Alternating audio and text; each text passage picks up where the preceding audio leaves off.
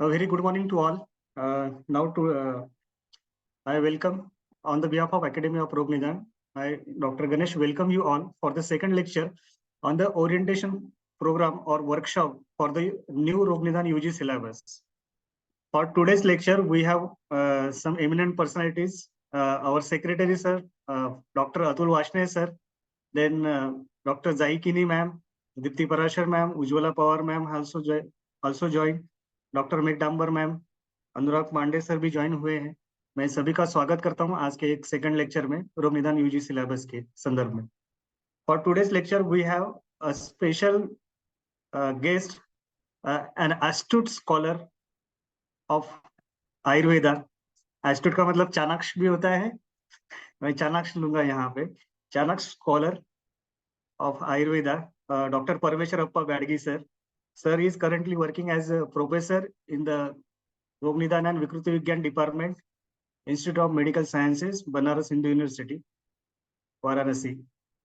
ऐसा कोई नहीं होगा यहाँ पे या पूरे भारतवर्ष में जो सर को नहीं जानता होगा। Sir has written near 18 books right now, और सर ने भेजा है बायोडाटा। तो नियरली 145 सर के पीयर रिव्यूड जर्नल्स में पेपर्स है, एंड सर के अंडर काफी पीजी स्टूडेंट्स और पीजी स्कॉलर, पीएचडी स्कॉलर्स भी हुए हैं। सो गणेश सर, थोड़ा सा सॉरी टू इंटरप्ट, पूरे देश में रोगनिदान में जितने लोग हैं उनमें से बैडगी सर को कोई जानता नहीं, ऐसे नहीं है। सो इतना बड़ा 50 पेजेस का बायोडाटा पढ़ते मत बैठिए, मैं बीच में बोली सॉरी। जो यस बैडगी सर खुद में एक आयुर्वेद निदान के ब्रांड एम्बेसडर है। यस, और एक अनाउंसमेंट कर देता हूँ सर की नए यूजी सिलेबस के ऊपर एक न्यू बुक आई है, सर ने लॉन्च की है। तो it's our honour to welcome professor Parameshwarappa Badigi sir. Now I request sir to start his lecture. Yes sir. ओम नमः शिवाय, हर हर महादेव। सभी को काशी से काशी विश्वनाथ की आशीर्वाद की कल्पना करते हुए आप सब लोगों का आयु, आरोग्य, संतोष, यश, कीर्ति, धनलक्ष्मी का उत्तरोत्तर प्राप्ति होते रहे, इस शुभकामनाओं के साथ आज की मेरा जो फर्स्ट पेपर का मेरे को शॉर्ट टाइम में नोटिस मिला। फिर in the mean time I was not feeling well also, but आप सब लोगों का प्रेम था तो मैंने डिनाई नहीं कर पाया। But I thought that okay, it's an opportunity to share my views what has been designed by the NCISM new syllabus. So first of all, I would like to show that that my new book which has been released by the Chokamba. So that's the reason I thought that okay, this is the new syllabus. According to new syllabus, this is the new book which has been released by Chokamba. So just I wanted to show this one before among all.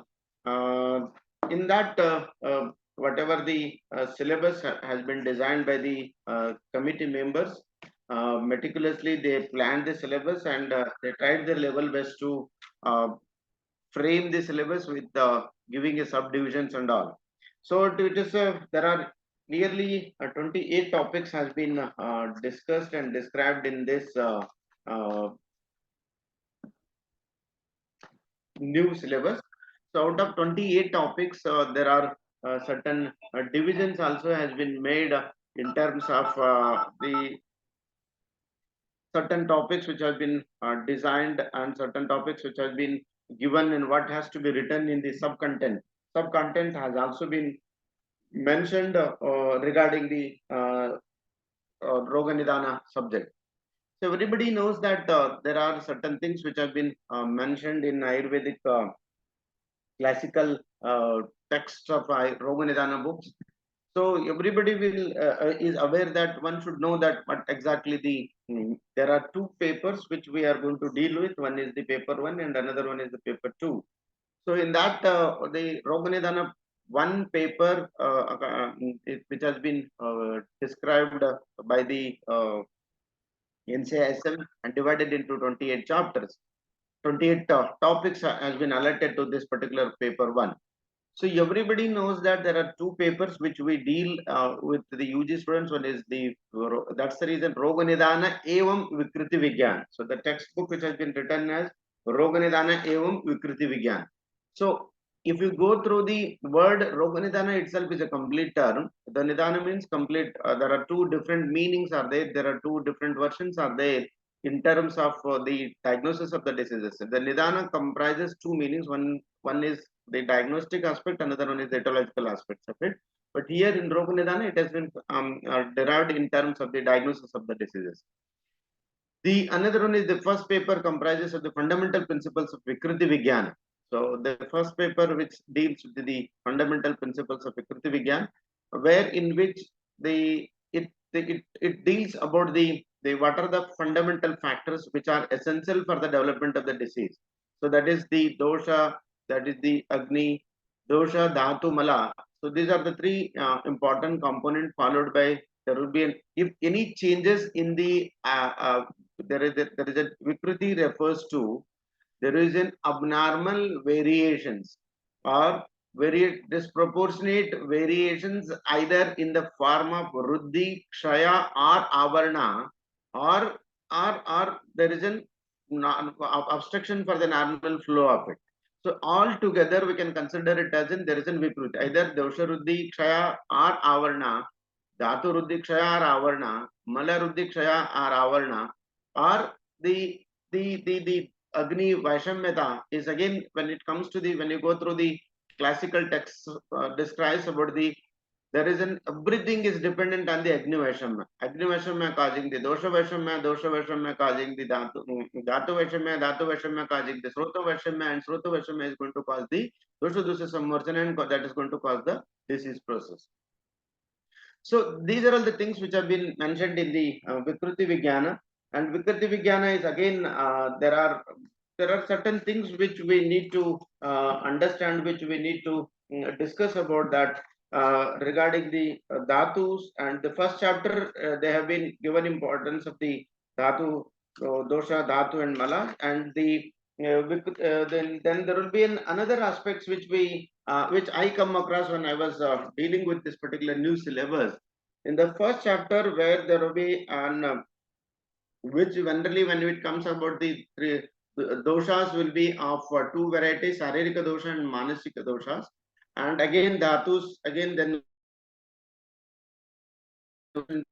every of that there will be three dosha and two Manasika doshas, and Sapta dhatus will be there, and regardingly Upadhatus are also there. But when I was going through the Mala concept of Mala, because what are the new are there, I am going to explain it out. The remaining things which everybody is aware of that. So there are things which have been mentioned in the Charaka Samhita in the Sutrasthana when I was going through that. So there are 7 types of malas have been described. So everybody is aware that Aharaja mala and Dhatu malas are there, which is well accepted, and everybody is aware of that. Okay, so Mutra and Purusha are the Aharaja mala, and the Dhatu malas. Each Sapta Dhatus are having the respective malas after the Dhatu Paka. Another concept which interestingly which I got is known as the in the Charaka Samhita Sutrasthana. They have been mentioned about the 7 types of malas. So the Mutra and Shakrut are the 2, and then Indriya mala are the 5 in number. Mukha mala, Nasika mala, Chakshu mala, and Karna mala, and the Twak mala. So totally there are 7 varieties of malas are also mentioned in the Charaka Samhita Sutrasthana, 17 chapters and 72 slok number. So that this new thing which has been incorporated in the revised version of it. And along with that, the first paper itself, the first chapter, there is a definition of the pathology has been given. That also I discussed and described about the pathogenesis and the pathophysiology of the words which have been, what is the meaning of the word pathology means everybody is knowing that it's in suffering, and the logos means the study. The study of the suffering is known as the pathology, and accordingly the pathophysiology is formally considered as some discipline within the physiological aspects of it. So there is a linkage between the physiology and pathology. So then only we can understand the this thing. So usually the pathophysiology is refers to the abnormal changes in the body functions that causes, consequences, and the concomitants of the disease processes. So this particular thing, which has been again mentioned in the fundamental principles of Prakriti Vigyana, that is the dosha, dhatu, mala, agni, ama, srotas, and these are all the Vojo Vikruti and the Vojo Vaishamya, and all these things which are responsible for the development of the disease process with all these components. And along with that, in the first chapter, in the pathophysiology, again, there are different there are four aspects in the modern medicine. Also, it has been accepted that there are four aspects of a disease process: etiology, pathogenesis, and molecular and morphological changes, and the fourth one is the clinical manifestations. So in that way, there are four varieties of causes in what we call it as in Nidana Panchaka in our Ayurvedic classical text. So that also I described in the first these things. And the next one is about the second topic which has been given in the NCISM syllabus is the Rogya Pariksha and the Roga Pariksha. Rogi Pariksha and the Roga Pariksha. Where in that they have been started with there are different versions of it. That is very, very important. When you are going to teach the students, you should teach very properly and wisely. What are the things that has been mentioned in the Ayurvedic classical text as far as the Ayurveda and the modern medicine is concerned? Ayurvedic classical text has been clearly mentioned that there are Dvivida Pariksha, Pratyaksha and Anumana, Trivida Pariksha, that is the Pratyaksha, Anumana, Aptopadesha, and the Trivida Pariksha is again Darshana, Sparshana, Prasne. To my surprise and to interestingly, what has been mentioned in the Susrutokta, generally when we teach the students, we never say that Darshana, Sparshana, Prasnehita, Prasita, Roginam. So we talk only about the Vagbhata's version of it. But in the Charaka Samhita, that has been clearly mentioned when examining the Runa Chikitsa. So he has been clearly mentioned. He started with the Darshana, then he mentioned about the Prasna, and then about the Sparsha Pariksha.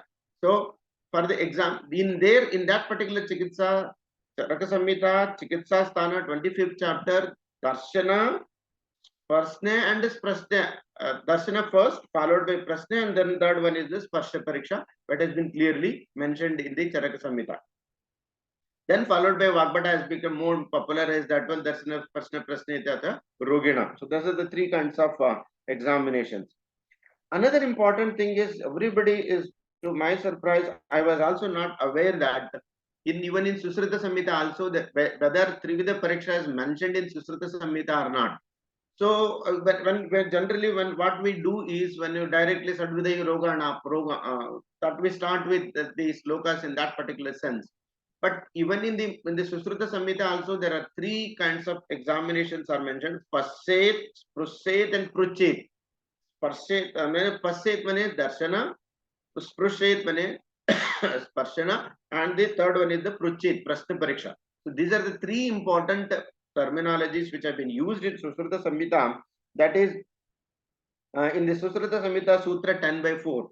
So it means that Susruta and the Charaka accepted the Trivida Pariksha, Darshana, Sparshana, Prasna, that only the terminology used by Susruta is Passet, Sprushet, and Pruchet. The meaning is Darshana, Sparshana, Prasna, but only the usage of the terminology done by the Charaka and Susruta is a different one. Another one is about the Chaturvida Roga Pariksha, Darshana, Sparshana, Prasna. These are the three Pratyaksha, Anumana, Aptopadesha, and the fourth one is Chaturvida Pariksha, is comprises of the Pratyaksha, Anumana, and Aptopadesha. These are the four that have been mentioned. And the Panchavida Pariksha, Hetu, Pururupa, Rupa, Pasha, and Samprapti. These are the Panchavida Roga Pariksha. These are the Panchavida Roga Pariksha. And the Sadvida Rogi Pariksha is again the Panchendri Pariksha and the Prasna Pariksha. And the last one is Ashtasthana Nirikshana. These are not called as Ashtasthana, Ashtavida Rogi Pariksha or Ashtasthana Nirikshanas, where in the Nadi, Mala, Mutra, Juha, Shabda, Sparsha, Drup, Akruti. So these are all the weight varieties have been mentioned. So this is about the Roga Pariksha. So here these are the methodologies, starting with the Dvivida, Trivida, Chaturvida, Panchavida, Shadvida, and Ashtasthana Nirikshana. So these are the these all components included under the Roga Pariksha. The another heading is Rogi Bala and Roga Bala Pariksha. Generally, what we do when we are teaching the students, we generally club it out. Roga Roga Pariksha, we will include Dashavida Pariksha also and the Susrutukta Dwadasavida Pariksha also. The students get confused out of it. So the purpose of Roga Roga Pariksha is to diagnose the disease. So Dvivida, Trivida, Chaturvida, Panchavida, Shadvida and Astasthana Nirikshanas are useful only for the diagnosis of the disease. And the remaining, the Charakokta, Dasvida Pariksha and Susrutokta, Dwadasavida Pariksha, what has been mentioned in Charaka and Susruta, meant for the understanding of the Rogibala and Rogabala before prescribing the medications. So the Dasavida Pariksha is for to know the Doshabala Pramana, Ayubala Pramana and the Rogi Bakabal. So that's depending on that, if the Rogibala is Pravara and Rogabala is Pravara, one should plan the Panchakarma treatment or the Samshodhana Chikitsa. If the Rogibala is Madhyama or Rogabala is Madhyama, then you go for Samshamana Chikitsa. And the Rogibala is Avara, but Rogabala is Pravara. Depending on the Rogabala, one should go for Samshodhana. But Rogibala is Avara, it's not possible to go for the Samshodhana. So gradually enhance by giving the Rasayana Aushadhis, and then you have to treat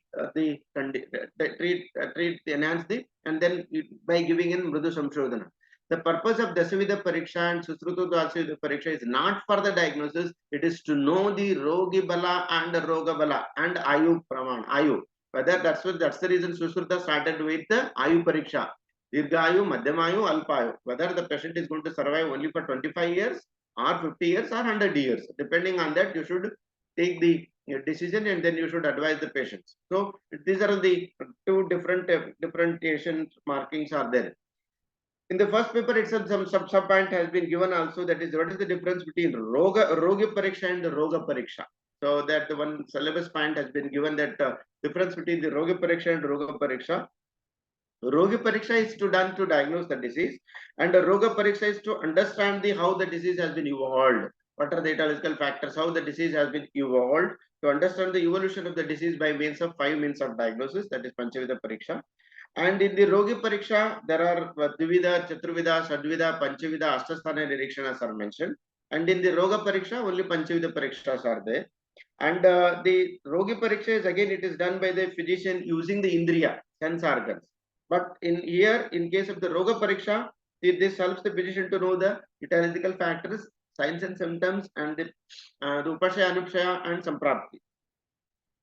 And in the Rogi Pariksha, there are 3 important components: medical history, clinical examination, the ancillary investigations comes under the Rogi Pariksha, and based on the means of 5 knowledges, it helps to diagnose the disease. So whatever the knowledge which you are going to obtain from the etiology to Puro Rupa, to that of the Rupa, to that of the Upashaya, Anupashaya, and Samprapti, so you can diagnose the disease process. And then it gives about the Rogi Pariksha will also gives about the information about the Upadrava, Arishta Lakshanas, and in case of the Roga Pariksha, it also helps to know about the strength of the disease, whether the Roga is Balwan or whether the patient is having any other Lakshanas are there other than this. So this will helps to know about whether that particular disease is Sadhya, Sukha Sadhya, Krutra Sadhya, Yapya, Pratyakya. As well as it will also helps to know the Rogi Bala is Pravara, Madhyama, Avara. Roga Bala is Pravara, Madhyama, and Avara. If the presence of the Hetu, Dosha, Bala, Kala, Samyam, Bhavati with Mahacha Hetu Linga, if all the Lakshanas are there, all the Nidanas are there associated with, there is a similarities between the Hetu, Dosha, Kala, Bala. So then it is considered to be Pravara Bala Vadi. So like that. So this will be attained through the Roga Pariksha. So next the topic number 3, which has been given in the syllabus, NCSM syllabus, is the methods of Rogi Pariksha. So what are the methods which you are going to use for the examinations? So this has been given in detail about that Dvivida Pariksha, that method is of the Dvivida Pariksha and Trivida Pariksha. So and the Shadvida, Chaturvida Pariksha, and the Chaturvida and Susrutokta Trivida and Susrutokta Sadvida and the Astasthana Nirikshana. So these are all the things which have been described and discussed in the these methods of Roga Pariksha. And I think in that these subdivisions which have been also given regarding the methods of examinations, what are the types of examinations are there, and that everybody is aware that, so that I will not going to discuss about that, because I have to cover the entire the syllabus of today, what has been mentioned. So I think remaining the Rashtrasthana Nirikshanas and all those things which you are aware that, so I'm not going to discuss with that. So what is there any some new thing which have been mentioned in that? So I mentioned everything. So in that, the Dvivida, Trivida, Chaturvida, Sadvida, and Panchavida, and Ashtasthana Nirikshana. So those are the things which have been mentioned in the methods of Roga Pariksha. And the topic number 4 is the Sapeksha Nidana or the Vyavachedaka Nidana. It's very important. So they have been given in separate section for understanding the Sapeksha Nidana and Vyavachedaka Nidana. It's very, very important. What is this Sapeksha or the Vyavachedaka Nidana, the differential diagnosis of the diseases? So this particular Sapeksha Nidana or the differential diagnosis which have been made to distinguish between the possibilities of one versus the other disease with analogous symptoms. Very important is there are some analogous symptoms which are to be differentiated one with the another. That's called as that's called as differential diagnosis. And because why the differential diagnosis comes, because there is some similar signs and symptoms are similar, and that's the reason there may be some confusion may arise out of it. So that is why additional tests may be required to come to the accurate diagnosis. So that's why, so the understanding of the differential diagnosis is very, very important. And the how one can do the differential diagnosis. So the first and foremost is, for example, if you take any of the diseases, when you are picking the Arsha, Atisar and Grani, so you should first explain the Pratyatma Lakshana of these three diseases.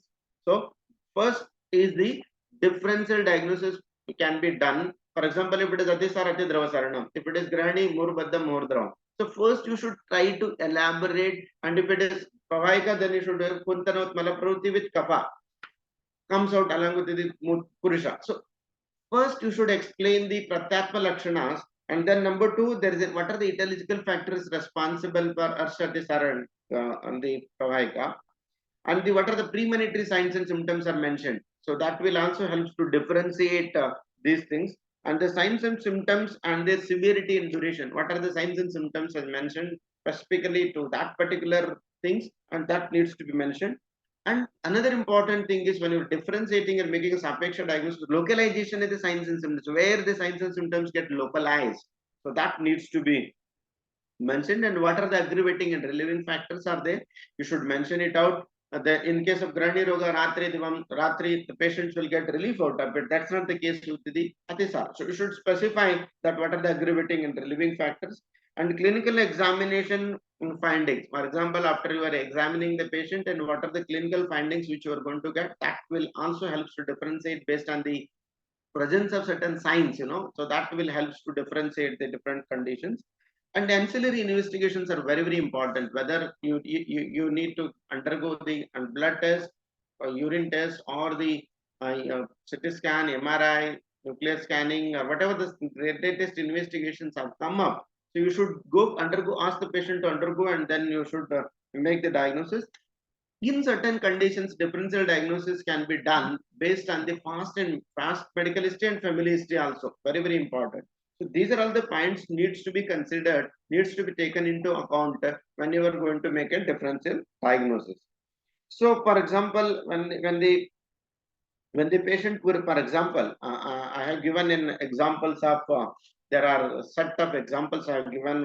For example, if the differential diagnosis of asthma is there. So what are the possibilities which we can make it out? One is the allergic bronchitis, another one is the bronchitis, third one is the chronic obstructive pulmonary disease or chronic obstructive lung disease, that's called also cold, and the pneumonia. So these are the 4 different conditions where asthma is there. But you should differentiate these things based on the other findings what has been mentioned. But asthma is a common presentation in all the 4. But you should go for the other. This is morning smoker cough is more predominant in the COPD. Okay, so but in allergic rhinitis, the patient will, as soon as patient exposes to the seasonal variations, as soon as exposed to the dust, there will be presentations of the signs and symptoms. But if we get, in case of COPD, we'll get a history of the smoking, like that. So we can go for a differential diagnosis with giving certain, based on those findings, what I mentioned earlier. So that will help to make the differential diagnosis. So like I have given the back pain, the causes of the back pain may be an arthritis, disc hernia, fibromyalgia, and osteoporosis. And chest pain also I given an example. Maybe chest pain may be because of anxiety, maybe because of angina, muscle strain, pneumonia, and viral infection. So again, you have to differentiate the different conditions. So this I have given in my examples, and with there are many examples I have given in the my textbook. And for example, if there is a mass in the abdomen, can also be a tender in the right upper quadrant suggests the cholecystitis or the hepatitis. If a mass in the right lower quadrant suggests the ruptured appendix. And they look for a mass in the groin or umbilical, it indicates the intestinal obstructions.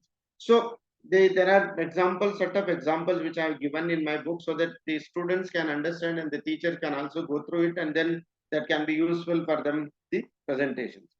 The another point is there in that Sapeksha Nidana and Vyavachedika Nidana, and the Anukta Vyadhi is also mentioned in that.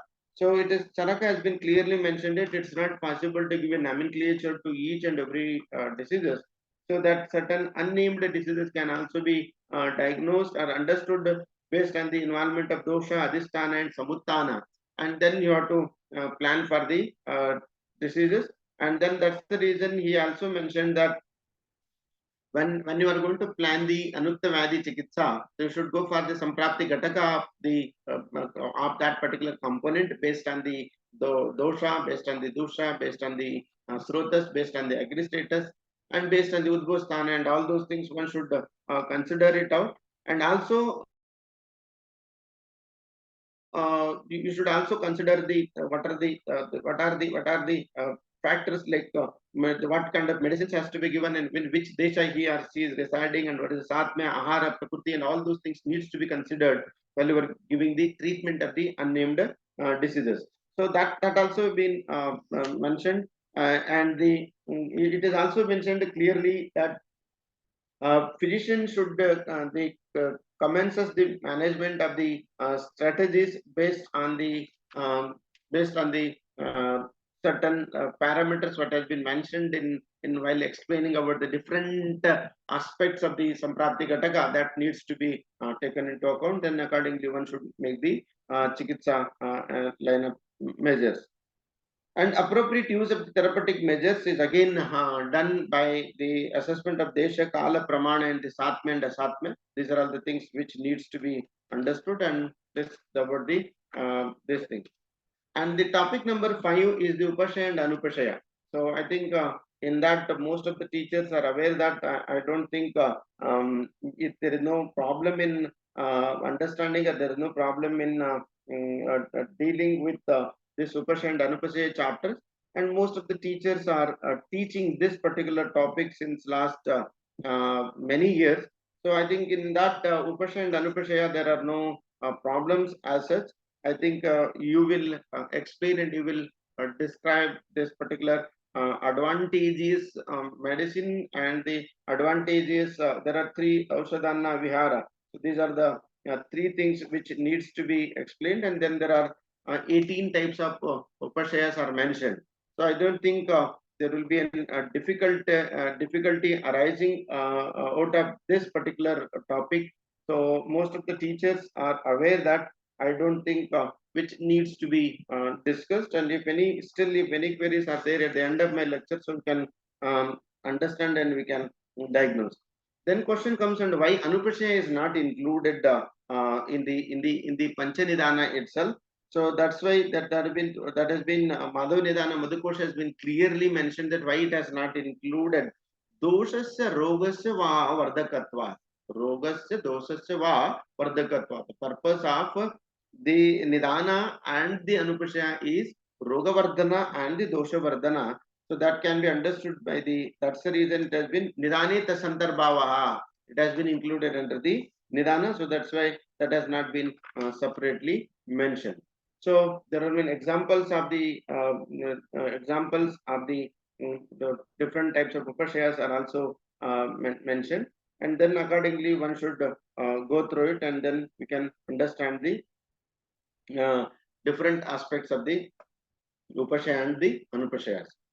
And the next component is the dosha vikruti. The topic number 6 is the dosha vikruti. So dosha vikruti is again in that the subtopic that has been given about the hetu bhuta, parraya and hetu paribhasha and hetu veda. So this everybody is aware of this. I think there are three Vida Roagnidanas are there, and 3 types of hetus are there, 2 types of hetus are there, and the 4 types of ashaya pakarsa hetu, and there are 4 Sanikustu, Viprakustu, which are in Pradhanika hetus are there, and these are some of the things which have been mentioned, and this needs to be examined and explained in this particular chapter. And then they have been mentioned about the causative factors and the diseases, and then there will be a different example, different classifications of the different hetu classifications are given in this particular chapter. In the same chapter, again they have been mentioned about the Agnika Veda. There are different kinds of Agni Vedas have been mentioned. So everybody is aware that there will be an Agni importance. Roge happy sarve roge happy sarve rogaha sarve api mande agnau tutaram udaram che. So it has been mentioned even in the most of the diseases, even in the Arsha Atisara, Arsha Atisara and Grani Dosha Trayo Vikaraha Prayena Praspara Hetavaha. So that's why Esham Agnibale Hini Ruddhi Kshaye Ruddhi Parikshayaha. So that's why it needs to be get protected by the either it's Ruddhi and Kshaya, and depending on that there will be an aggravation and the shaman of the diseases will be there. So there are Agni Nidanas are also there. Agni Nidanas there are drinking more quantity of the, that is Atyambu Pana Dusamana Sandarana Swapna Vipara. These are all some of the ecological factors which are responsible for the Agni causes of Agni Dusti, which has been mentioned in my book. And then there will be in different types of Agni. There will be there. One is Samagni, Vishamagni, Tiksnagni, Attegni, and the Bhashmakagni and the Attegni are the similar different terminologies. So the Samagni is, everybody is aware that Yatha Kalam Apipiktam Annam Samyak Pachiti Sa Samagni. Then again Udghara Suddhi, Utsaha, Vegut Sarga Yathochitaha, Lagutakshutvi Pasa Jirnaharasya Lakshana. These are all indicates towards the Samagni, and then remaining about the Vishamagni and the Tiksnagni and the you need to differentiate, you need to understand the difference between the Tiksnagni and the Attegni. So the Tiksnagni, when explaining about the Tiksnagni, Prabhutamapayuktannam Ashupachati. If they get digested too quickly, then it is okay. Then if it is Patrabi, again in the Attegni, Sa Evabi Vardamano. What is Evabi Vardamano? If the Tiksnagni is further aggravated, that's called as Sa Evabi Vardamano Attegni Ritta Vashate. Sa Muhur Prabhutam Apiktano Asutaram Pachati. Where in the Tiksnagni, where Asu Pachati, यहाँ पर Asutaram Pachati means if it is the food is get digested within 1.5 hours, here it is got digested by 45 minutes. So that's the difference between the Tiksnagni and the Attegni. And then in the further authors have been mentioned that this Bhashmaka Roga has been mentioned in Bhava Prakasha Madhyama Kanda. So, but in the Charaka Samhita, it has been mentioned as Attegni. So everybody is Nare Kshinakape, Kupitam Marutanagam. So there will be Kshinakapa, and the Pitta and Maruta is more predominant in case of Attegni. But in case of Tiksnagni, only Pitta is predominant. So, but Kapha is not there in the Kshinavastha, and the Vata is not further aggravated. That's the difference between the Attegni and the Tiksnagni. So then Vishamagni is, everybody is aware that Kadachit Samay Pajati, Kadachit Atmana Ato Pashula Udavarta, Jatra Gaurav Antra Kujana Pravanani Krutva. So this are all the, and even in the Mandagni also, Mandagni, Swalpam Apayuktanam Mahat.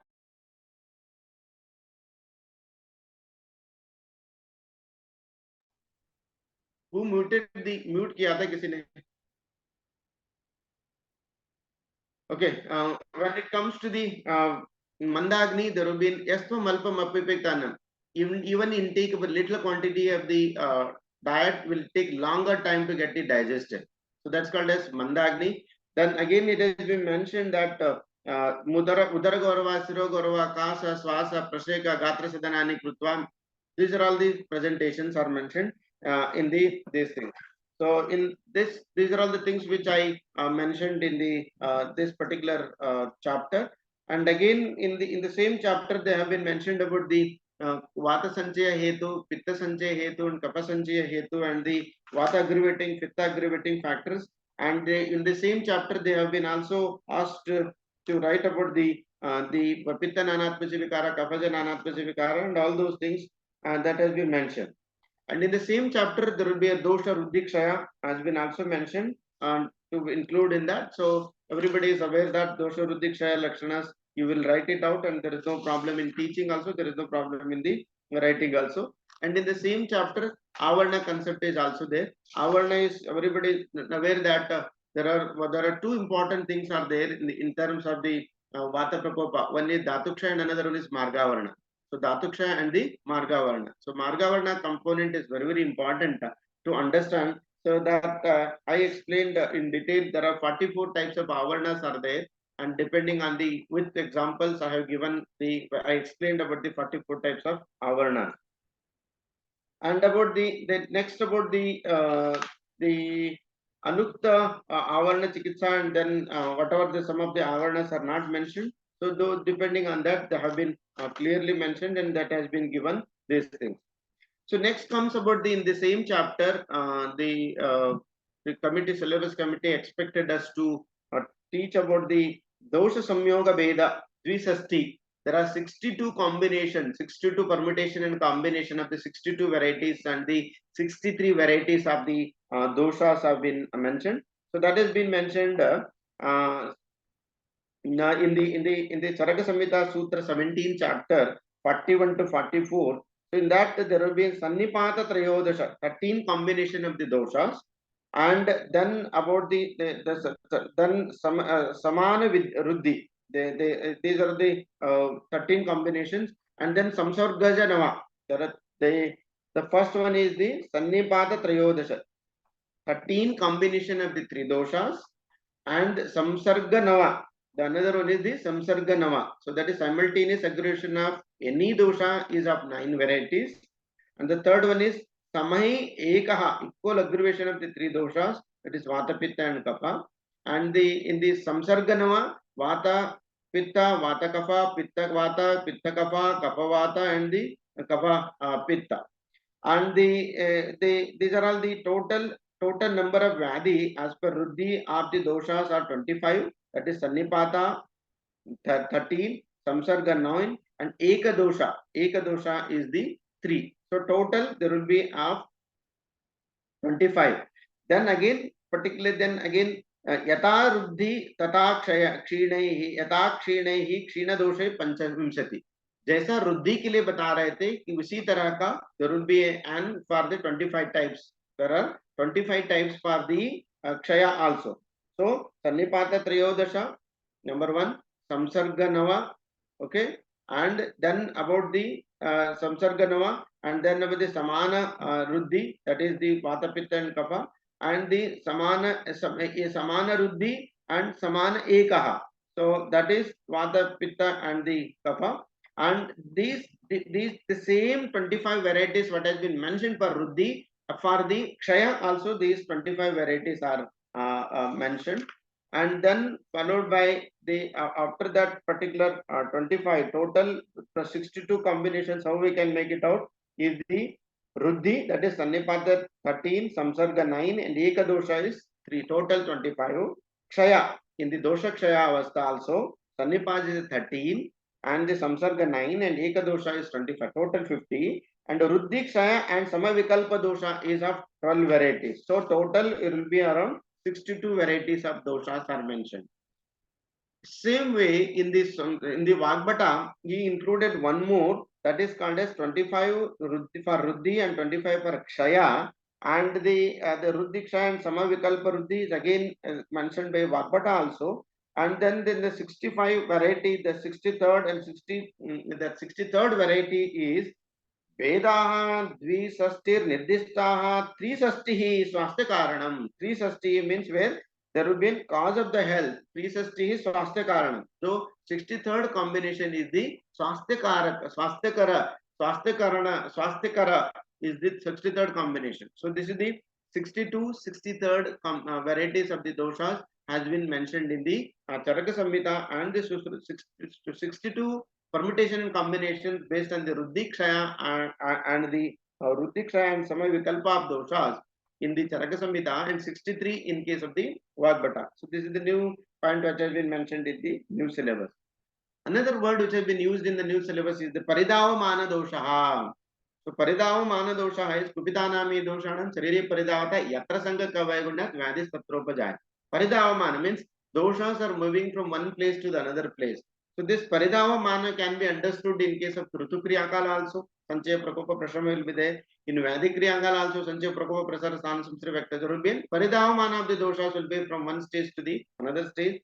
And dosha gati, urdhva gati, and adha gati, and tirra gati, and kosta to shaka. So there will be paridhavamana doshas moves from kosta to shaka and shaka to kosta, vice versa. So these are all the things which needs to be discussed under this particular the paridhavamana dosha. And the dhatusta dosha vikaras. If the doshas goes into the dhatus, and what are the presentations will be mentioned.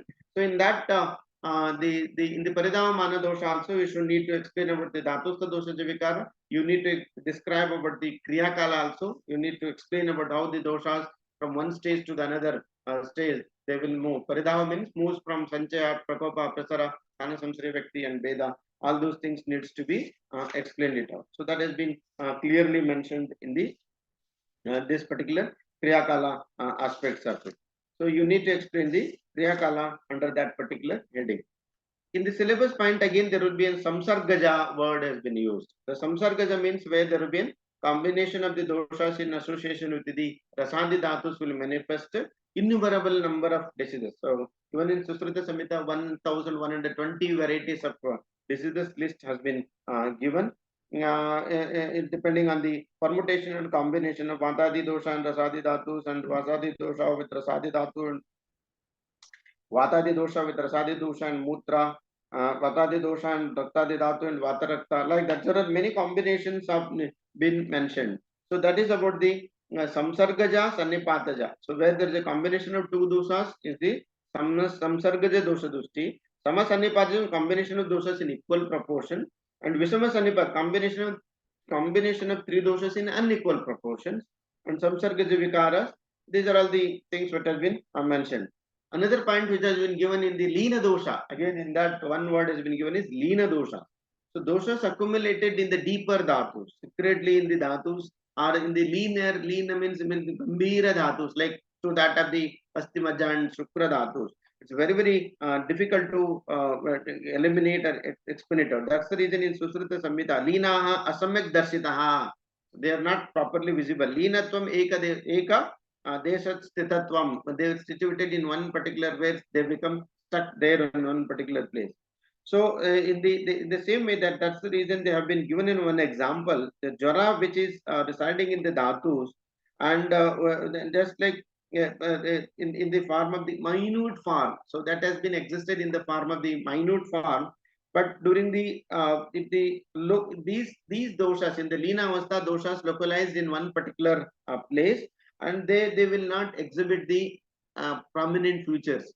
Take for example, we can give that the plasmodium vivax can remain. There are cases have been reported plasmodium vivax remain inside the liver for 30 years and it will not produce the disease. So until and unless there will be an increase in the number of parasites. So, so that's called as localization of the doshas, and then they will not, and then does not exhibit the prominent. Alpa doshodanaha, kshinaha, kshinindana ivanalaha. That's why these are all the concept has been mentioned. And then another thing which has been mentioned is samsleshaha paricheda dosha. Samslesha and paricheda word has been used in the latest syllabus also. There is a curiosity will always exist. That's the reason has been Susruta has clearly mentioned that this particular dosha vitiation is permanent or separable, temporary one. There is a permanent or the temporary one. That's called as Samslesho ya parichedaha. Paricheda means whether it is temporary or it is the, that's the reason. Bhuyo agni jitne se matadi naam jwaradi namascha nityaha samslesha parichedo va. Whether that particular jwaradi dosha, the association between the vatadi dosha with that of the jwaradi dosha is permanent or the temporary one. That's called as samslesho parichedo va. Then question comes, if it is a permanent one, so all the living beings should suffer from the diseases all the time, but that's not the case. So that the people will not suffer from the diseases. So that's the reason they have been mentioned that. So Dharadi Vadis and Vatadi doshas is the root cause may seems to be inappropriate. That has been mentioned in the Susruta Samhita. And again, that again it has been mentioned that so it is not permanent. It is not permanent. That's called as parichedamani. It's a temporary one. It's not permanent one.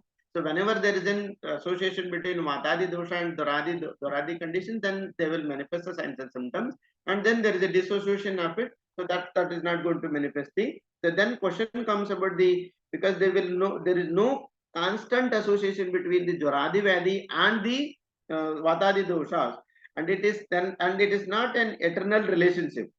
जैसे उसके लिए उदाहरण सुश्रुत दे देता है कि how lightning storm and rain are constantly associated with the sky, but even the sky permanently exist, but they are seen with a cause, and just like ripples and bubble produce in water under particular circumstances, in the same way there is an association and disassociation between the Vatadi dosha and Jwaradi dosha is also not permanent. That is called as Parichedova. That is not permanent. Samslesho Parichedova. That has been mentioned in the Susruta Samhita. So they only get associated with specific conditions due to an exciting cause. That is called as the that is called as the Samslesha Parichedo Doshaka example. So this is about the ending of these things, and the next chapter is about the 7th chapter. So that has been explaining about the Doshagati and Roga Marga. I don't think this is also, there is no difficulty for the teachers of Roagnidan to explain the Doshagati and Roga Marga. Everybody is aware that Chaya Prakopa Prashama will be there, and the doshas, how the doshas moves from Kosta to Shaka, Shaka to the Kosta, and Roga Margas will be there. Trivida Roga Margas and Kosta Shaka Maramas, and everybody is aware of that. So I'm not going to explain about this particular point, the 7th point. I think everybody is aware that, and I don't think there is a difficulty in explaining and teaching the students. Next one is about the 8th chapter is about the dealing with the Sroto Dushti, and in that Sroto Dushti there will be a definition of the importance of the Srotas has been mentioned. Again, this also can be done. There is no problem in dealing with this particular chapter also. There are varieties of the Srotas are mentioned, and the Sroto Dushti Lakshanas are mentioned. Again, you are aware that RSV RSS Dosha Gunai Samaha. These are all some of the examples. There are Bentra and Diasrutas. This everybody can go through it and then explain about the different these things with the latest modern examples. If possible, you can go with that. So this is about the Srotas, and the Srotas varieties are mentioned. Different kinds of Srotas are mentioned in that. So again, there will be in Mutrava Sruta Dushti and Stanyava Sruta Dushti. I have mentioned some of the new Srutas also in context to the certain diseases like Arthava Srutas, then Stanyava Srutas, and then about the Manova Srutas, Shabdava Srutas, Jumhava Srutas, and the Manova Srutas, and the Sangyava Srutas, and the Swarava Srutas. Like that, some of the things which have been mentioned in my text, and you can just go through it. And then about the Sruto Dushti Lakshanas, Kavaigunya, and the difference between the Kavaigunya and Sruto Dushti is also there in the syllabus point. So the Kavaigunya is the manifest before the Dosha Dusha Samurchana, and the Sruto Dushti manifest after Dosha Dusha Samurchana, and it is necessity for the Sthana Samsri Avastha Kriya Kala Kavaigunya, and it is necessary for the Vekta Avastha Kriya Kala, and it manifests the minor etological factors, and it manifests with the complex etological factors, that is called as Sruto Dushti.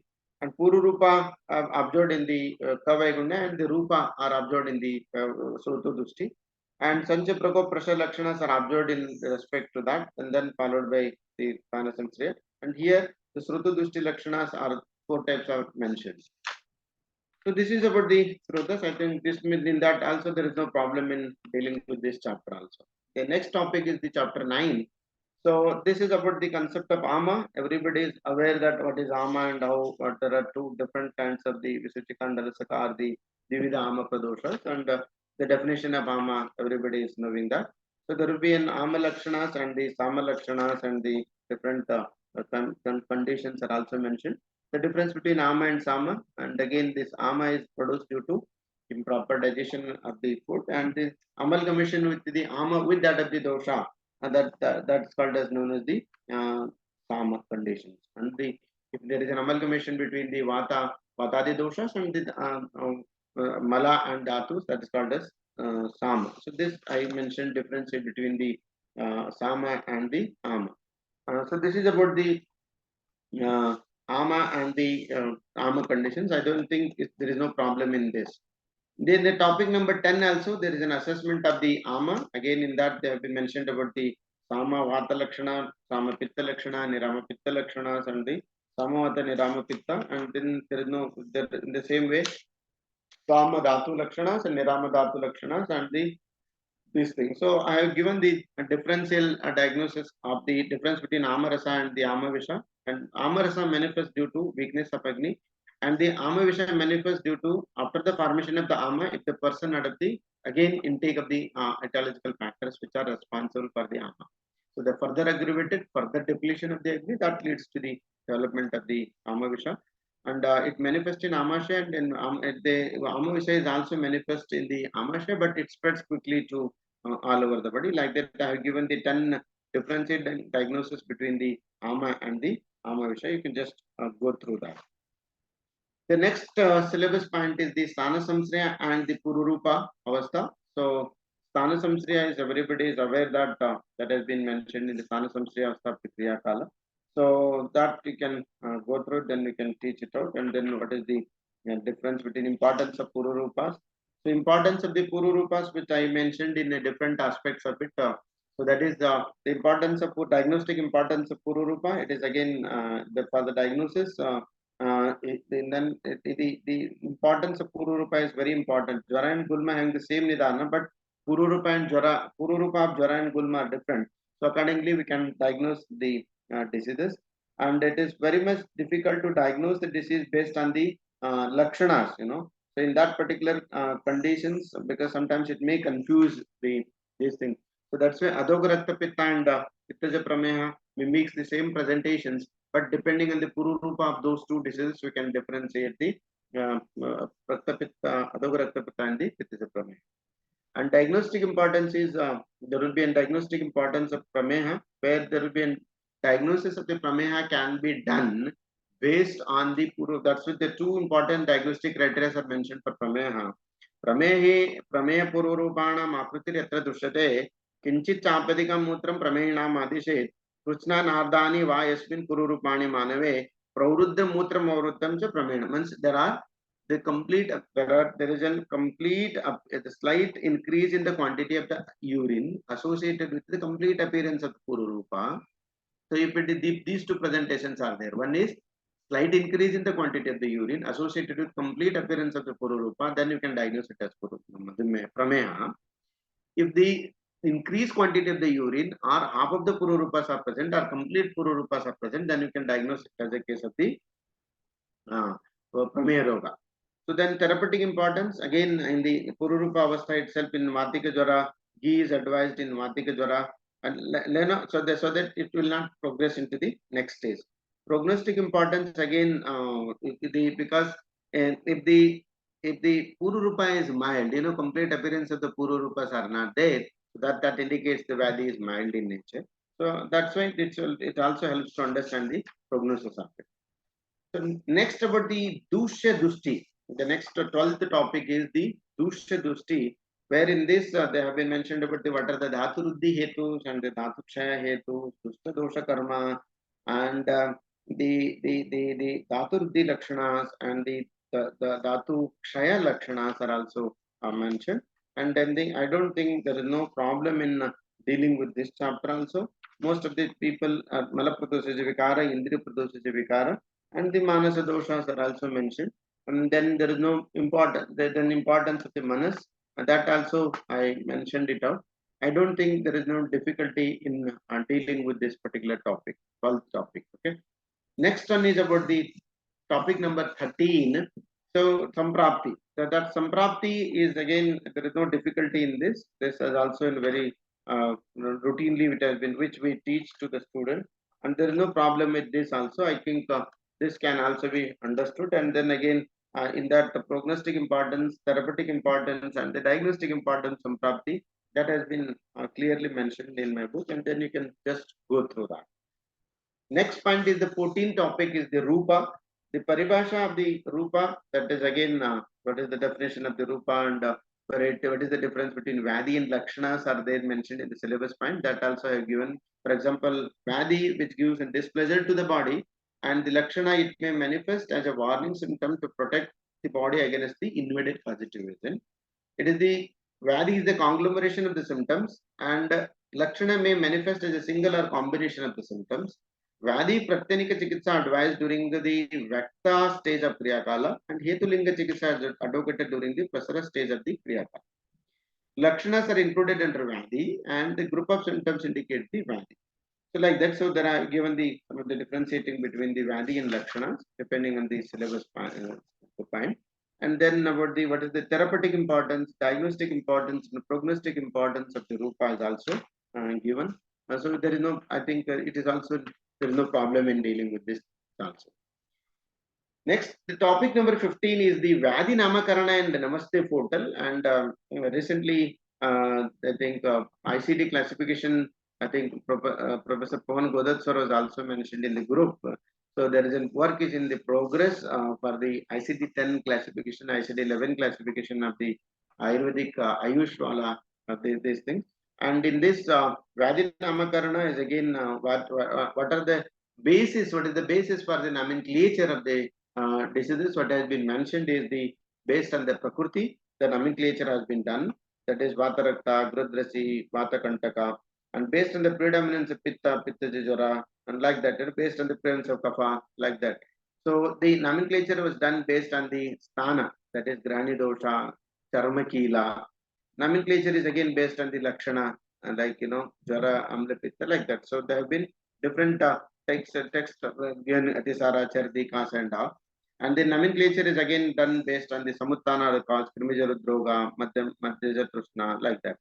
Nomenclature is also done based on the Varna, nomenclature done based on the Rujar pain. So that is called as Vyadhi Namakarana. What is the basis, rationality behind giving the Vyadhi Namakarana? So that I have been mentioned to giving the some of the examples. Okay. So another one is Operate Namaste, and that is called as National Ayush Morbidity and Standardized Terminology Electronic Portal. The standardization of the terminologies and diagnostic classifications helps to understand that is the vision of this particular Namaste portal is to comprehensive web portal for standardized terminologies and the national morbidity codes of Ayurveda, Siddha and Unani systems of medicine, WHO, ICD-10 and the ICD-11. So that work is in progress. I think most of the work has been completed. So this comes under the Namaste portal. Mission is pan-India implementation of ASU for giving and reporting the morbidity code and treatment outcome along with the ICD, and pan-India implementation of ICD-10-11 codes for yoga naturopathy, and serve as a reference repository, and morbidity codes for video codes provide the comprehensive classification of diseases, and benefits of standardized terminologies and encoding morbidities are there. Benefits of Namaste portal is the real-time morbidity and data collection is there. Identification of areas of strength of the various systems under the Ayush, brings to light and volume of services provided, like that. So there have been some of the things, and utility of the Namaste portal is also mentioned, and what are the key features, and then you just go through it out. That has been mentioned, and then students should must aware of this. Next one is about the chapter number, topic number 16. Chapter number 16, the topic number 16 is dealing with the Vyadhi, and Vyadhi paribhashas are there, and what is Vyadhi and what is the classifications of the Vyadhi, different types of Vyadhi Vargikarana, And then there are different types of the Vedic classification of the diseases, and different types of the sadhya, sadhyata, and asadhyatas, and all those things are mentioned in the Vedic chapter. I think there is no much difficulty in dealing with this chapter also, but most of the teachers are aware of that. And then ICD classification is also should be mentioned under this particular thing, so that the students must aware that what are the ICD classification of the diseases. So in this the chapter in the Vadi, there were a different classification of the Vadis and the different sets of the things that has been mentioned. So this is about the 16th topic. Next, about the Astanindita Purusha or endocrine disorders, that is about the 17th topic. So this is also it has also mentioned that there are different types of the modern in this the new syllabus committee is expecting the teachers to compare and correlate with that of these things. The Atistula is compared with that of the obesity, and then the different types of the positive factors, and then the grading of the then Ashtastaulya dosha and all those things, which usually we used to teach that one. So there is no much difficulty in dealing with Atistula, and because this can be compared with that of the Atistula, or the Atistula is Ashtastaulya dosha, everything that can be compared with that of the obesity mentioned in the modern medicine. And Atikrusha is again, this can be contemporary understanding of Atikrusha is tropical sprue, weight loss, malnutrition is there, pediatric malabsorption syndromes, malabsorption, and vitamin deficiencies. And and the next one is about the another point that has been mentioned is the Atidirga, excessive tall person. Again, this excessive tallness may be because of the growth hormone deficiency, dwarfism, and genetic disorders like Turner syndrome. So this can be correlated with that of the modern diagnosis. And another is Atiloma. Atiloma is again excessive body hairs. It is maybe because of congenital terminal hypertrichosis, congenital hypertrichosis, lanuginosa, and hirsutism. And the next one is aloma. Aloma may be because of the alopecia areata, alopecia machinosa, and and the androgenic alophasia. And the Atikrishna is again hyperpigmentation, overactive melanocytes and underactive melanocytes, and hyperpigmentation in Addison's disease, Cushing syndrome, hyperpigmentation. And Atigaura is again hypopigmentation and vitiligo, idiopathic guttate hypomelanosis, and halo nevus and albinism. These are the new committee. This is about the different modern and contemporary understanding of the Astanindita process, what have been made in this particular topic.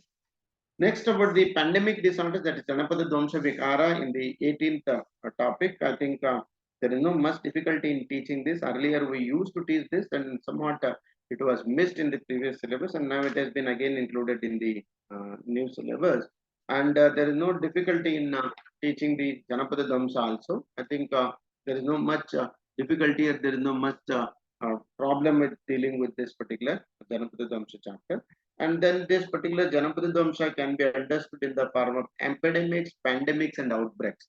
These are the three different terminologies one should, because outbreak is when illness happens in the unexpected high numbers. Okay, but an epidemic is when infectious disease spreads quickly to more people than experts would expect. Pandemic is a disease of outbreak that spreads across the countries of the subcontinent. So these three differentiating things needs to be done. That I have been explained in the epidemics, pandemics, and the outbreaks terminologies have been mentioned in context to this, and the what are the preventions and all those things needs to be done, and the pandemic preparations and related definitions of the sporadic and endemic means the disease is constant and happens about as often as expected. So hyperendemic means an illness is constant, but people are getting sick at a higher rate. And cases can also come as a cluster group of illness in a certain place and time. So this is the this detail I have given in the modern versions also. The next point is the next syllabus point is the Nidanarthakara Vyadhi and Vyadhi Sankara. So Nidanarthakara Vyadhi and Vyadhi Sankara is again it's not a difficult task for the एकार्थकारी निदानार्थकर रोगा लिंग संकर भेद एकार्थकारी व्याधि संकर. This you can teach to the students, and you are teaching since last many years, so there is no difficulty in that.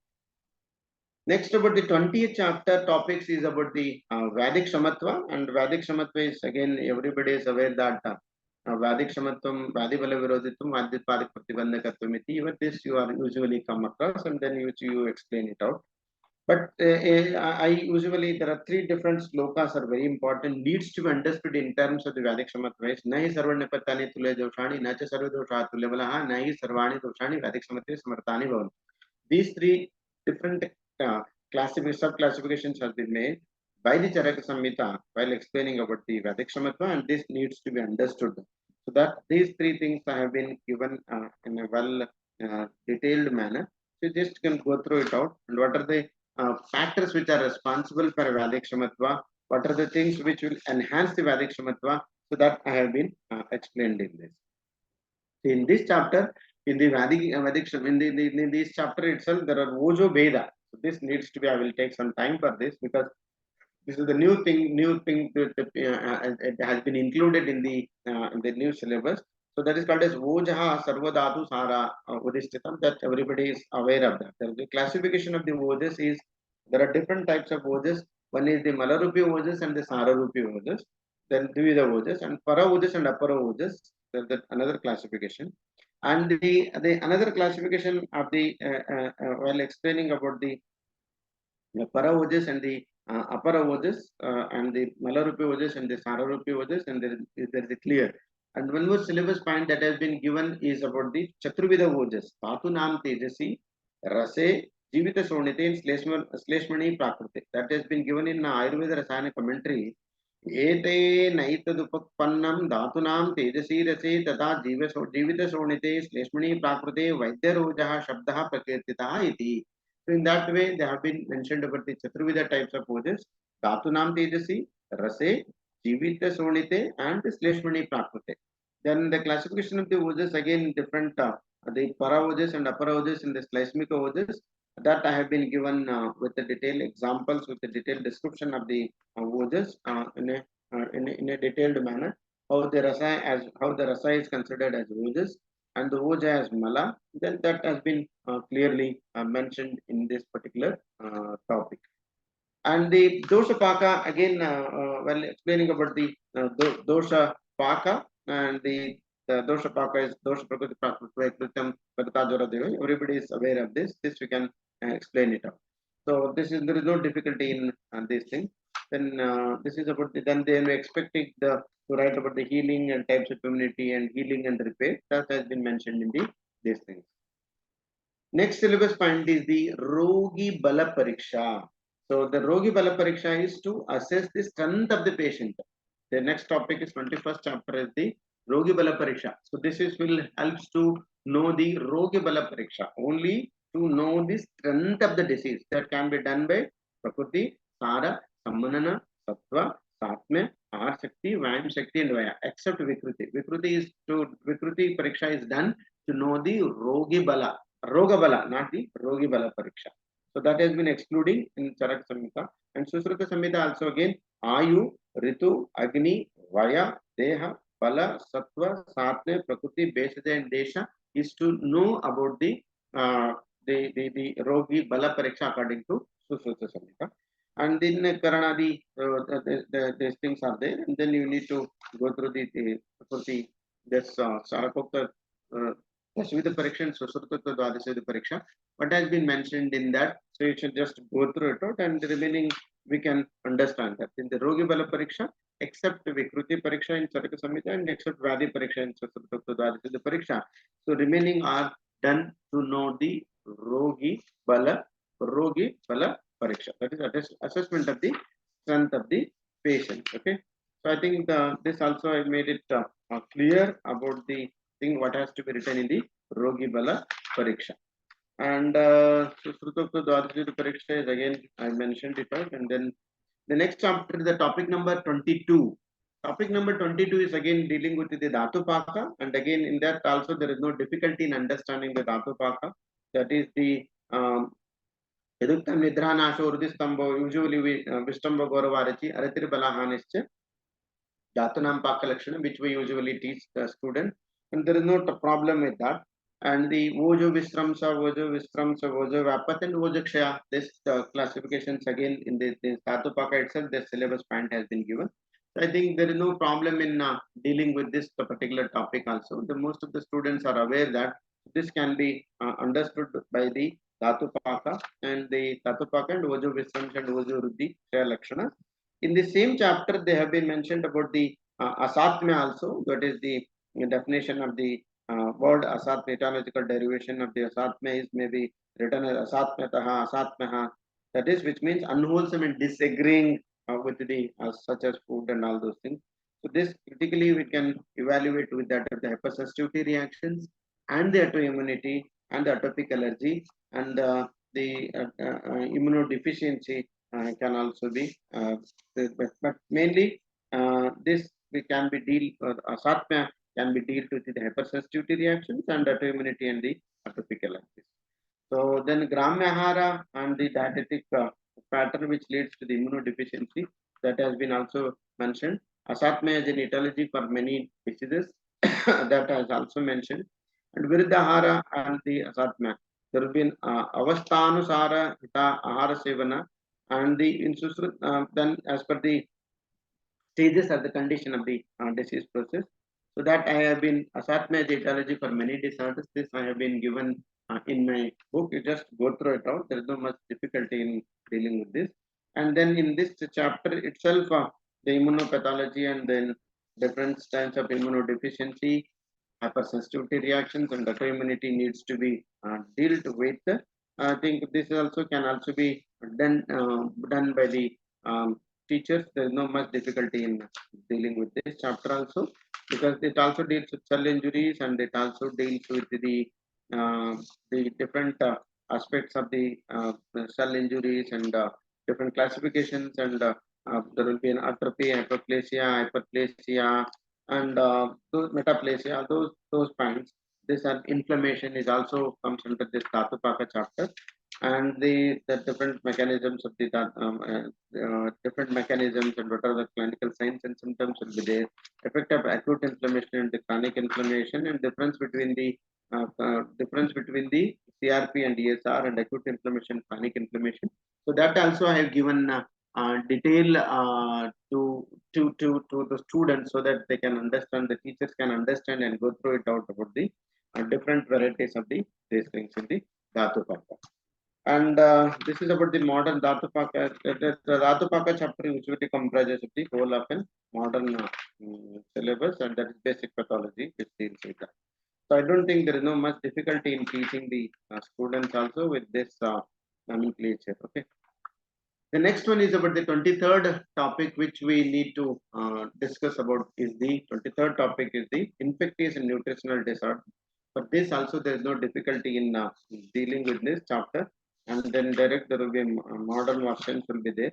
You can just go through it about that what are the infectious and nutritional disorders are there. So this I have given detail about the examples with this thing.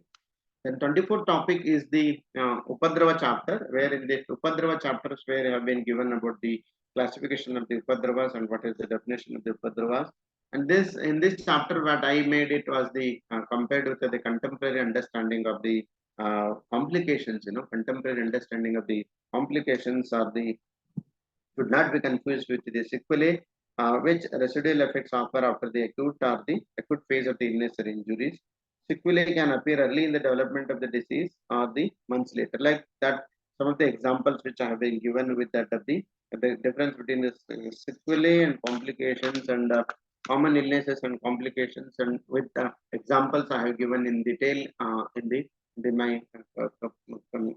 my books. You just go through it out: metabolic complications and reproductive complications, respiratory complications, and adverse effects. So the adverse effect can be differentiated with that of the complications. That also and that can also be understood. So that's why I have given then an example of adverse effect also in this particular chapter. The 25th topic is the Arista Lakshanas. Arista Lakshanas are there. In the Arista Lakshanas, 26, this again clear-cut Arista description is there in the text. You can just go through it out. And Charaka Samhita Indriya Sthana, and that has been clearly mentioned about the Indriya Gamya, Arista, Rasanindriya Gamya, Granindriya Gamya, Pururupa Gamya, Swapna Gamya. So there are varieties of the swapnas which are indicating the Aristas and all. So these are all the things which there is no much difficulty in dealing with this particular chapter also. That is on the Arista. Then what are the signs and symptoms which indicating these things? The next one is about the topic number 26. Topic number 26. In this topic number 26, there will be an Vadi Bala Pariksha. So that earlier we discussed about the Rogi Bala Pariksha, and this topic number 26 deals with the Vadi Bala Pariksha. So in this Vadi Bala Pariksha, where that has been clearly mentioned that so this is to know the Vadi Bala. That is, that can be discussed under the Vikruti Pariksha. That is the Vikruti Pariksha deals with the Vikruti Ruchiti Vikaraha Aturastu Pramana Jana. That I clearly mentioned in the earlier when I was explaining about the Rogi Bala Pariksha. Tasya Pariksha Ayusha Pramana Jnana Heturvasat Baladosha Pramana Jnana Heturva Tatra Tavadiva Baladosha Pramana Jnana Dosha Dosha Pramana Anurupo hi Veshajam Dosha Bala Dosha Pramana Jnana. So this the Vadi Bala Pariksha is done to know the Dosha Bala Pramana or the Vadi Bala, whether this Vadi Bala is Pravara, Madhyama and the Avara. For that Vikruti Pariksha that has been clearly mentioned in Charaka Samhita, Tatra Vikara Dosha Dusha Prakurti Desha Bala Kala Vishese Lingate Parikshet Na Hantarena Hetvadinam. जैसे हेतु दोष प्रकृति देश काल बल साम्यम भवति दोष काल and दोष दूष्य प्रकृति देश काल बलम साम्यम भवति. For example, take for example, if there is there will be Sarad Ritu Pittaja Vikara, if there is a Vata Vyadi Vata Prakriti person, Pittaja Vadi Pittaja Prakriti person, if the dosha and dushas are in the same proportion, and the complete appearance of the hetus and complete appearance of the etiological factors, all those four indicating the there is a similarity between dosha and dusha, similarity between dosha, the similarities between the phala desha. For example, anupadesha, there will be in kapaja vikara, jangula desha, there is suffering from the vataja vyadi. So these are all the things which indicates the pravarabala vyadi, and with complete appearance of the Pururupa, complete appearance of either Pururupa, Rupa, or the Sampurna Lakshanas are there, with the complete etiological factors are available in that particular patient, then we can call it as Pravara. If some are similar and some with mild, some Madhyama Hetu Linga are there, moderate Lakshanas and moderate etiological factors are there, then it's called Madhyama Vyadi. And there is no similarities in Hetu, Dosha, Desha, Bala, Kala, Samman. There is no similarities. But Alpa Lakshana and Alpa Hetus are there, then it is considered as Avara Bala Vyadi. So this is about this particular topic, that's called as Vyadi Bala Pariksha. Next about the topic number 27, topic number 27, which is again deals with the Sadhya Sadhyata. I think there is no difficulty in understanding this particular topic also. That has been clearly mentioned about what are the different classifications are there. Another one is about nowadays the topic which has been come out with the digital health and artificial intelligence in the context of the Roagnidan. So this needs to be explained with some of the things, why the artificial intelligence is taking shape in all the departments, not only to the Roagnidan, not only to the Prasuti, or to the Shalya, or to the Kshara Sutra, or to the Kaya Chikitsa, or to the Shalak, everything, all departments, or even into the engineering level, or anywhere in all the departments, in all surgical and non-surgical and physician. So artificial intelligence is taking care, medical technologies is taking care, and it is an inevitable part of the healthcare industries, So this also needs to be understood, and this is very important component when it comes to the artificial intelligence. And because this artificial medical technology is again comes under that particular tool, because this will help to stage of the screening and diagnostic to the treatment, to that of the care, to monitor their health and post treatment and before treatment and the stages of the disease and how the patient is responding to that. So there are many things which have been mentioned in that.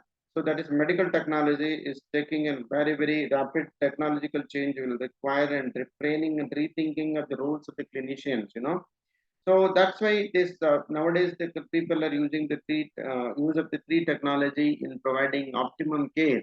So that future of the healthcare lies in working hand with the technologies. You know, you need to work with the technologies. You need to use to the technologies also because for the diagnosis you need to use the latest technologies, and medical technologies needs to be used. And the artificial intelligence is very, very this was started in the year 1950, and then this particular artificial intelligence uh, artificial intelligence in the software technology with at least one of the following capabilities. You know, one is the perception, prediction, and interactive communication.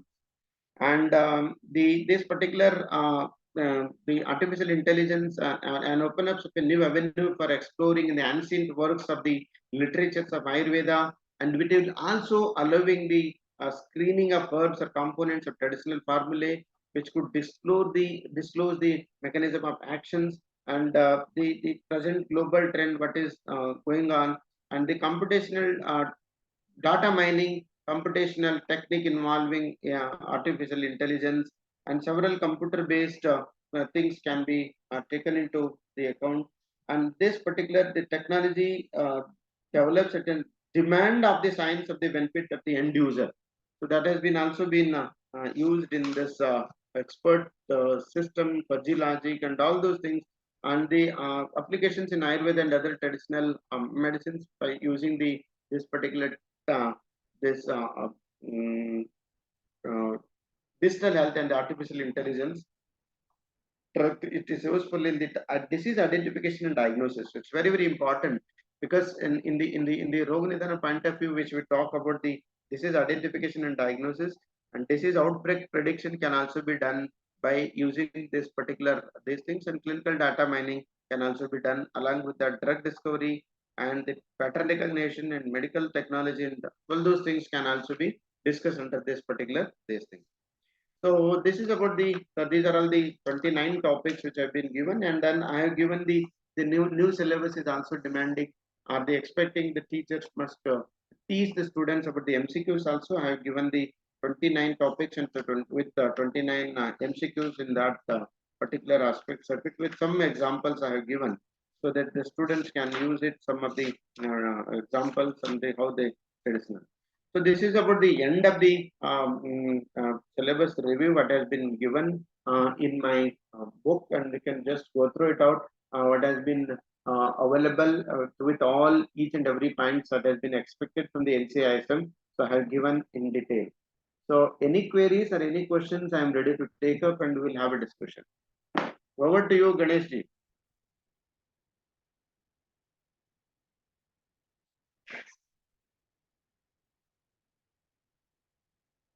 Ganesh ji.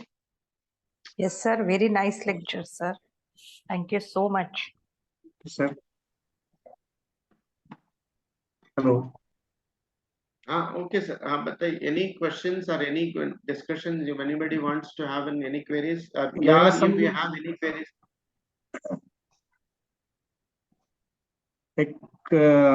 इसमें है sir.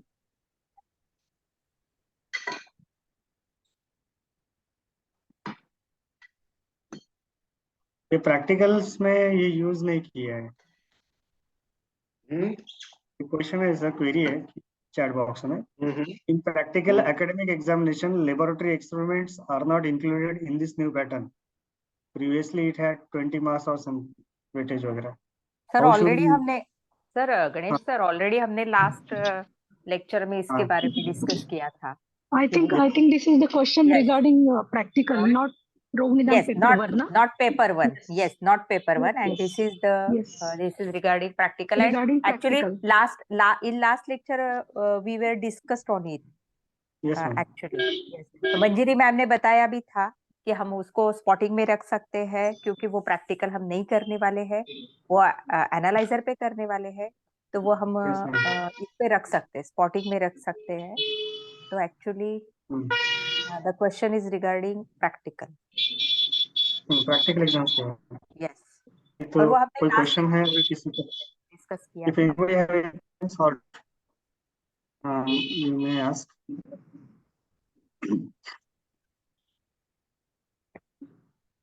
No sir, because Bydgi sir ने इतना detail concept clear कर दिए हैं कि कोई question ही नहीं रहा.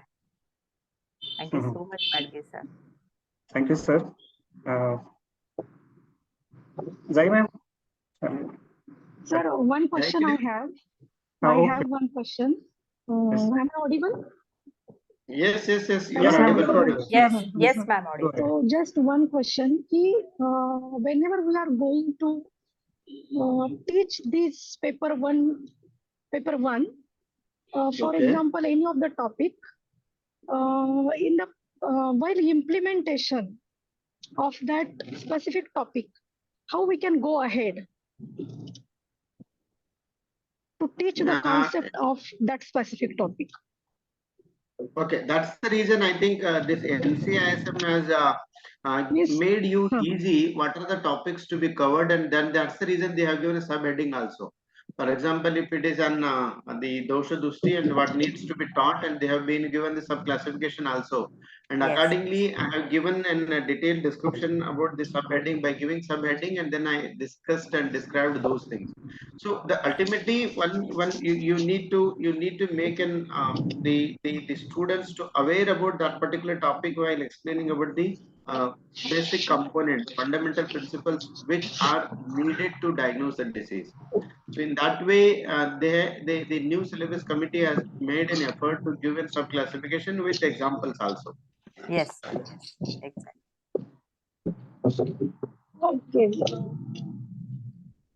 Okay, sir. Jaikini madam, kahan gaye? My question was regarding actual teaching technology, regarding first paper. Which teaching technology we can implement while teaching that specific topic? Teaching technology means nowadays. For example, sir, for example, if we are going to teach Shatkriya Kal, right? Okay. Shatkriya Kal, we can teach the student theoretically, okay?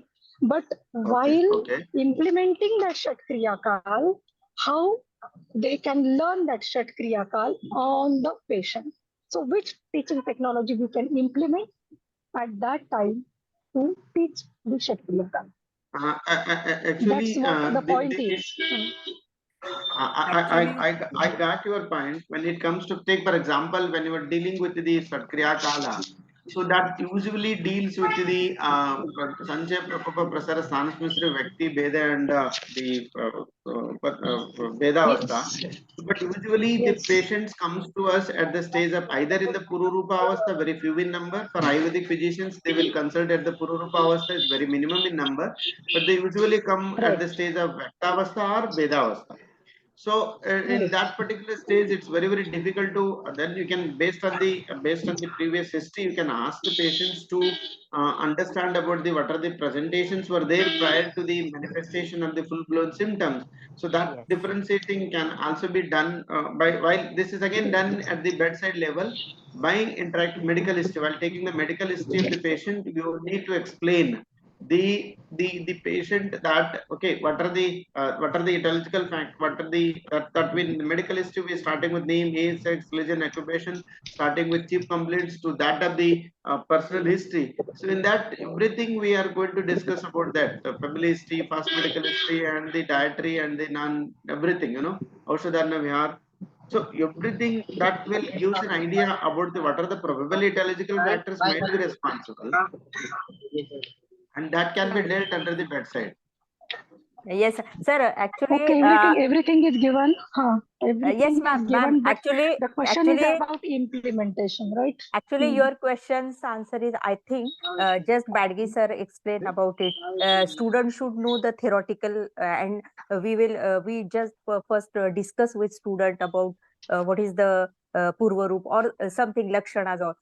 So it comes under that. No, it comes under cognitive compression. I think the domain is because first of all, students should know the theoretical knowledge, and then they use it in practical. Of course. So it comes under cognitive cooperation. Why? Yes, That's teaching my learning. question, madam. Yes, That's teaching. my question. How to implement that thing on the patient? Then the student should understand what is Kriya Kal and how we are going to Again, you have to going to the bedside. Yes, it's okay. Going to the bedside. Going to the bedside. Yes. I understood. Yes. Yes, we'll discuss it. Yes. We'll discuss it. Yes. Later on. Because there are so many points regarding first paper, how to implement that topic or how to implement that particular point while teaching the students. But in another way to discuss it later. Thank you very much.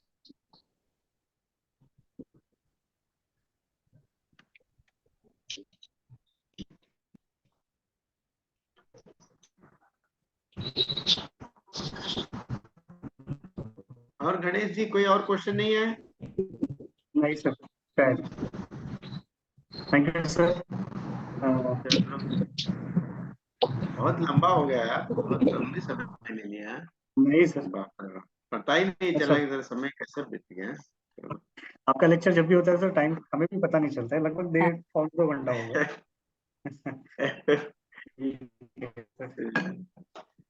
ठीक है तो book आ गई ना sir market में अभी? हाँ book आ गया जी, इसलिए तो मैं दिखा रहा हूँ सबको। आपको देखो यही बुक है। हाँ सर। चौकम बस आप लोग मांग सकते हो, मैं इसके एक एडवर्टाइजमेंट कॉपी भेज दूंगा। चौकम्बा वाले ने भी तो कर दिया, पब्लिश कर दिया है, तभी तो मैंने बोला कि दोनों काम हो जाएगा, दिखा भी दो। हाँ Congratulations sir for book. Thank you very much sir, काफी अच्छा लेक्चर रहा। वासनी सर चले गए लग रहा है, वासनी सर तो बिजी आदमी है, कहीं चल दिए होंगे। वहाँ एक्चुअली कवरेज का भी इशू रहता है ना सर एनसीएसएम ऑफिस में कुछ। अच्छा हाँ चलिए, यस सर, थैंक ठीक यू है sir. Ganesh ji, keep being active and keep doing things, and any queries are there, you can arrange one more lecture also on this question answer. You can do one thing Ganesh ji, ये काम कर सकते हो, question answer एक session आप रख सकते हो। You can make out the next time question answer पहले क्वेश्चन कलेक्ट कर ले, है ना, फिर इसके बाद हम लोग उसके लिए आंसर क्वेश्चन आंसर शेयरिंग वाला वो कर लेंगे। अभी Sir, Ganesh ji, one lecture we can take regarding the implementation of that specific topic. अब 2 लेक्चर मैम शेड्यूल्ड है 17, 19 and 22 वगैरह ऐसे। Then after that we will try to keep one session for queries and all. यदि particular topic पे चाहिए तो हमको बता देना पहले ही, ये टॉपिक पे सर आप डिटेल बताइए, तो मैं उस पर्टिकुलर टॉपिक पे मैं जो मतलब डिटेल पढ़ा लेंगे, ठीक ना? ठीक है sir. Okay sir, shall we conclude sir now? Yes please. Thank you sir, ज्यादा वक्त ले लिया आपका। Thank you for all joining here. Next lecture अभी 17 तारीख को होगा उमेश सपरा सर का। अभी बीच में दिवाली वैकेशन है तो हम छुट्टी पे जाएंगे सभी लोग। Thank you very much and have a good day to all. Thank you, have a nice day. ओम नमः शिवाय। सर एक मिनट में ये रोक देता हूँ सर। हाँ